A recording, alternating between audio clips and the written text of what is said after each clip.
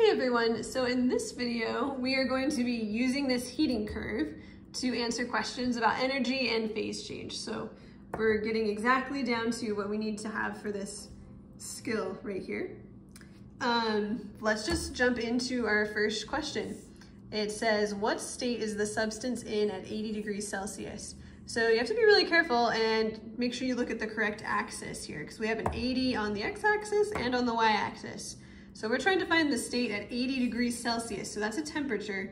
So we want to see where the substance is on the line right here. 80 degrees Celsius is right in the middle of this second sloped portion, which we learned is the liquid phase. Remember, we've got solid and then melting, liquid, and then boiling, and then gas. So at 80 degrees Celsius, this substance is a liquid.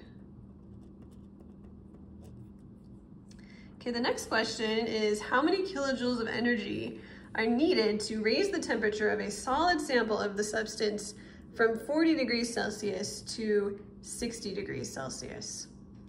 So, again, we need to look at 40 degrees Celsius, which is right here, and we want to raise the temperature from 40 to 60. So we want to see how far do we go on the x-axis between 40 and 60. And you can see 40 is at 0, 60 is at 10. So it looks like it takes 10 kilojoules of energy to raise that temperature.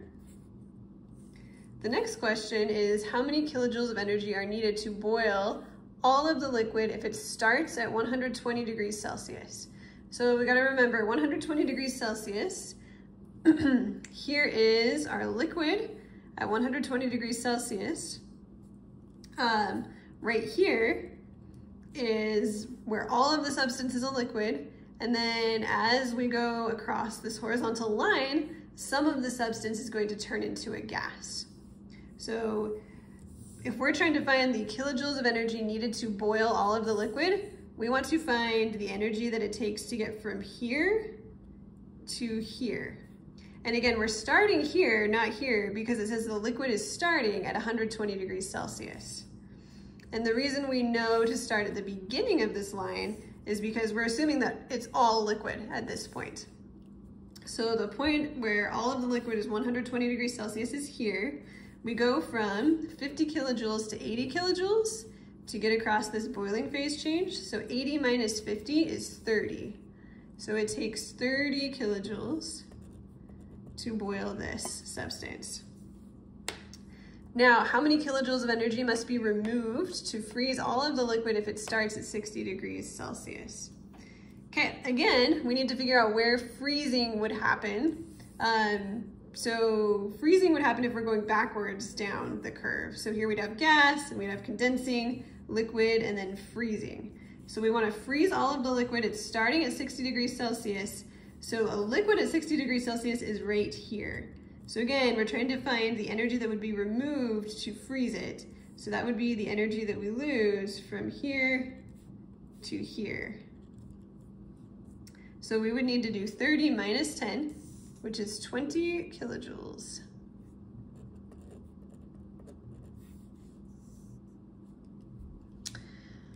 Next, if I remove 30 kilojoules from a sample of the gas at 120 degrees Celsius, what state will the substance be in? So we've got the gas at 120 degrees Celsius. That is going to be right here. So this whole section is where the substance is a gas. It's a gas at 120 degrees Celsius right here. This is where it's a liquid at 120 degrees Celsius. So you have to keep those straight. And we're gonna remove 30 kilojoules from the gas. So we're gonna go from 80, if we remove 30, that would take us back to 50. And then the state of matter we would be in at that point would be liquid.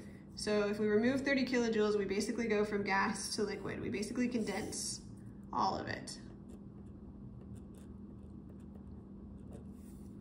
Now it says, if I remove 20 kilojoules from the gas at 140 degrees Celsius, what state would the substance be in?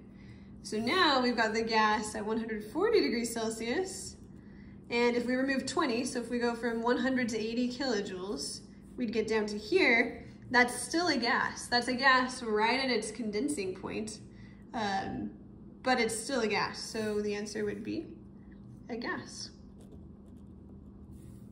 And then last question, for a liquid at its boiling point to be converted into a gas, which type of energy does it need to increase in?